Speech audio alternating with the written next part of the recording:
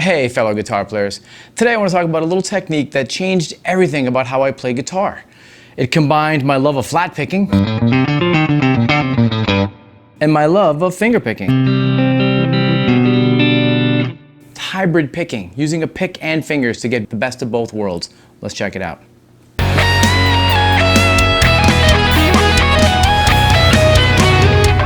Hey guitar players, my life changed when I discovered hybrid picking.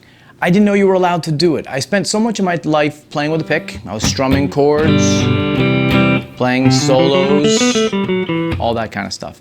And then I would put my pick down, I'd get my little book out, and I would do some little finger picking exercises. My teacher had me doing like Fernando Cerulo exercises, which were very simple student level things that were very helpful. And I loved the independence, I loved the organic feeling of putting my fingers on the strings. Playing fingerstyle allowed me to do things I couldn't do with a pick. I could play non-adjacent strings at the same time. I could play all the notes of a chord at one time. So instead of the flam of a pick, I can now hit it all at once. I thought that was pretty cool. And of course there's a lot of other sounds you can get with finger picking. But there were certain things that finger picking did that I couldn't do with my pick, that I couldn't do without my pick. I couldn't play fast. I couldn't do that finger style. I wasn't trained enough and I didn't have the ability or the patience to do it. And it just never quite felt the same. I couldn't tremolo pick. Playing one note pretty fast. That idea comes up a lot in music in a number of different ways, rhythm guitar and lead guitar, and I couldn't do it without a pick. Fast strumming, any of the funk stuff, anything you need to do with a fast picking idea, obviously you can't do with just fingers. There are some folks who can strum. If you watch like Derek Trucks when he plays, he does a lot of two-finger kind of flicking and stuff. And obviously there's some great finger styles out there. I mean, Mark Knopfler, come on, forget about it. One of the best there is. But I still had trouble with both worlds. I couldn't until I saw Danny Gatton. That changed it. I didn't know you were allowed to use a pick and fingers at the same time. I always imagined you had to put the pick in your mouth if you wanted to use your thing, and hopefully you don't choke on it, right? And of course you can't sing if you're doing it either, unless you want to have a little Popeye voice, but you can't do that either. So hybrid picking. I saw Danny Gatton. He came to when I was at school, when I was in music school in Boston, and he spoke to us just about his techniques. And I never saw anyone play like him before. I was 10 feet in front of him, and he was just talking to us. And he's walking bass lines and doing banjo rolls, and I couldn't keep track of what he was doing. Never mind trying to keep up with the ideas he was talking about. So let's talk about some of the parts of hybrid picking, how to practice it, and today I want to focus just on the chordal, more rhythmic side of using hybrid picking to help you. So let's take a first couple things to think about. Whenever we use it on our right hand, we've got the pick, obviously between our index and thumb. We get a middle, ring, and pinky finger. I keep a little bit of nail on my fingers, just enough so I can feel it scratching on material. So when I still grab a string, I'm definitely feeling the flesh as well as a little bit of nail just to add some brightness to the tone. Some people definitely have longer fingernails. So obviously the classical people probably have mostly nail on the string.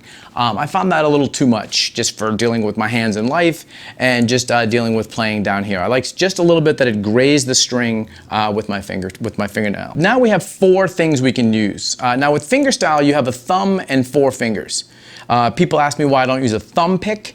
The thumb pick is great, it offers you all that stuff. I just used to snag my thumb on it sometimes, and it just didn't seem to work out. Plus, I like to pocket the pick, I don't know if you can see this here, where I put it in my fingers, so I can use my thumb if I need some snapping.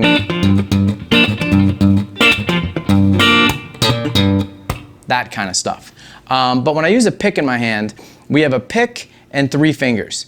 So we want to exercise them. Now the first thing you're going to notice is when you try to pluck, say, a chord and then use your fingers, your pick is going to be a lot louder than your fingers. So you have to already assume that's going to happen. So try to be gentle on the pick side and over-exaggerate your fingers when you're exercising because you want them to be nice and even as you're playing. So the first thing that Danny Gatton talked about when I first saw him was a forward roll.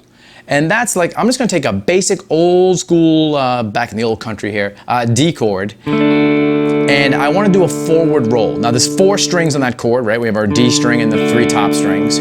So what I want to do on the right hand here is use the pick for the D string, the middle finger for the G, the 3rd finger for the B string, and the pinky for the high E string. Now it's hard to get the pinky going, but the pinky works awesome on this hand. Let it help you be awesome on this hand too.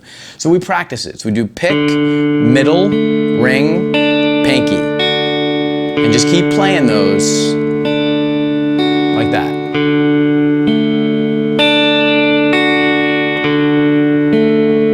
That's called a forward roll. A backwards roll is the opposite. We do pinky, 3rd, middle, and then the pick. So say you can do those in a row. It's not about speed, it's about consistency, clarity of tone, and feeling like you're in control of the notes you're playing. So that idea, if you're taking it a little further, we're doing 4 adjacent strings. So I'm on the D string, the G, the B, and the E strings up top here. You want to be able to move that to the middle set of 4 strings and the thick set of 4 strings. So for instance, let's say we go the other end of it and have a 6-string chord, like an old E minor chord. I could do a forward roll on the thickest 4 strings. And then I can move it to the middle 4 strings. And then the high 4 strings. And of course I could do these as backward rolls. Do the middle strings. And then the high strings. Like that. This offers you a lot of possibilities when you're strumming between chords, because often you hear people strum and do a little picking stuff. So if I was going like D, E minor, I can fill them in now with doing picking stuff.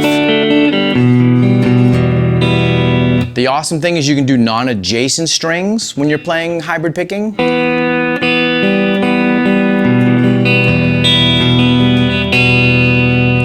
And also one of my favorite sounds is all 4 at once. So if I do a couple bar chords, let's say like a C major 7 chord and like a D minor 7 chord, you can hear how tight I get it without the frap of a strum. So I get that.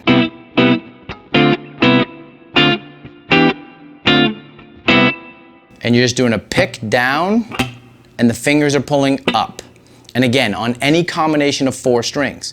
You can, if you're getting more comfortable, separate the bass note away from the other 3 chords. So if I have, let's say, a minor 7 chord, let's say this A minor 7 chord here on the 5th fret, where I have a middle finger doing the 6th string, and then my 3rd finger is getting the D, G, and B strings, like this. But now I can separate the bass note and the chords.